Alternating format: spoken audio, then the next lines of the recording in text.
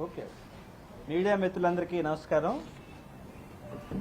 YSR Congress party అధ్యక్షులు YS Jaganmohan Reddy గారి యొక్క నేతృత్వంలో ఖచ్చితంగా నిరుద్యోగుల పట్ల, అలాగే డిఎస్సి ఎగ్జామ్ రాసి ఎవరైతే అన్యాయానికి గురయ్యారో వాళ్ళందరి పట్ల ఖచ్చితంగా వైఎస్ఆర్ కాంగ్రెస్ పార్టీ అలుపెరగని పోరాటం చేస్తూనే ఉంటుంది.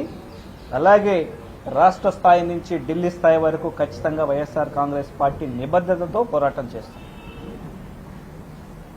ఖచ్చితంగా చెప్పగలుగుతున్నాం, తగినటువంటి అన్ని ఆధారాలు ఉండబట్టే వైఎస్ఆర్ కాంగ్రెస్ పార్టీ ఇంత గట్టిగా డిఎస్సి స్కామ్ గురించి పార్లమెంట్లో కానీ, అలాగే రాష్ట్ర శాసనసభలో కానీ, శాసన మండలిలో కానీ, అలాగే మీడియా ముందు కానీ ఎన్నోసార్లు ఆధారాలతో సహా బయటపడడం జరిగింది.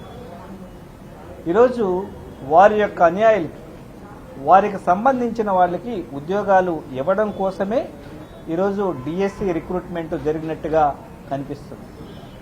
దాదాపుగా ఈ డిఎస్సి ఎగ్జామ్కి 3.5 లక్షల మంది నిరుద్యోగులు హాజరైతే 16,000 ఉద్యోగాలు ఇవ్వదలిస్తే ఈ ఉద్యోగాల యొక్క ప్రక్రియ, డిఎస్సి ప్రక్రియ మొదలుపెట్టినప్పటి నుంచే రూల్స్ ఏవైతే పాత రూల్స్ అన్నిటినీ తిలోదకాలు వదిలి వాటికి పాత రూల్స్కి కొత్త రూల్స్ తేవడం జరిగింది.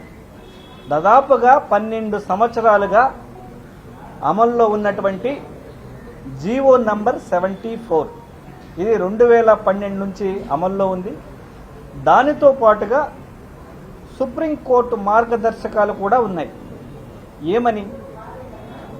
ఏ స్పోర్ట్స్ ఉద్యోగానికైనా అర్హత పరీక్ష అయితే తప్పనిసరిగా ఎగ్జామ్ రాసి క్వాలిఫై కావాల్సినటువంటి అవసరం ఉంది.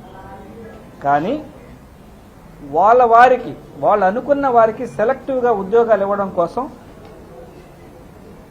జీవో నంబర్ 4 అలాగే జీవో నంబర్ 47 జారీ చేసి ఈ నియమాలన్నిటికీ తిలోదకాలు వచ్చి వాళ్ళకి కావలసినటువంటి వాళ్ళకి దాదాపుగా 384 మందికి పైగా స్పోర్ట్స్ కోటా కింద ఉద్యోగాలు ఇచ్చిన తర్వాత మళ్ళీ యథాతథంగా రూల్స్ అమలుపరచడానికి జీవో నంబర్ 25, జీవో నంబర్ 56 ఇచ్చారు. దీన్ని బట్టి క్లియర్గా ఏమర్థమవుతుంది?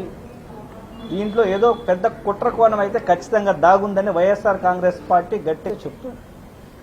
అలాగే డిఎస్సి కన్వీనర్గా ఉన్నటువంటి తెలుగు రాష్ట్రాల నీట్ చరిత్రలో కొత్త అధ్యాయానికి నాంది ఎస్ఆర్. ఇది ప్రతి తెలుగు విద్యార్థి విజయం. మన తెలుగు విద్యార్థి తెలుగు గడ్డపై నుంచి ఎగురవేసిన విజయకేతనం. ఆల్ ఇండియా జనరల్ కేటగిరీలో 9వ ర్యాంక్, 720కి 705 మార్కులు. తెలుగు రాష్ట్రాల్లో ఏ ఒక్క విద్యా సంస్థకి 720కి 705 మార్కులు రాలేదు, ఒక్క ఎస్ఆర్ కి తప్ప. It's an open challenge. Telangana రాష్ట్రంలో నంబర్ 1, ఏపీలో నంబర్ 1, కర్ణాటకలో నంబర్ 1, మొత్తం సౌత్ ఇండియాలో ఎస్ఆర్ ఆధిపత్యం.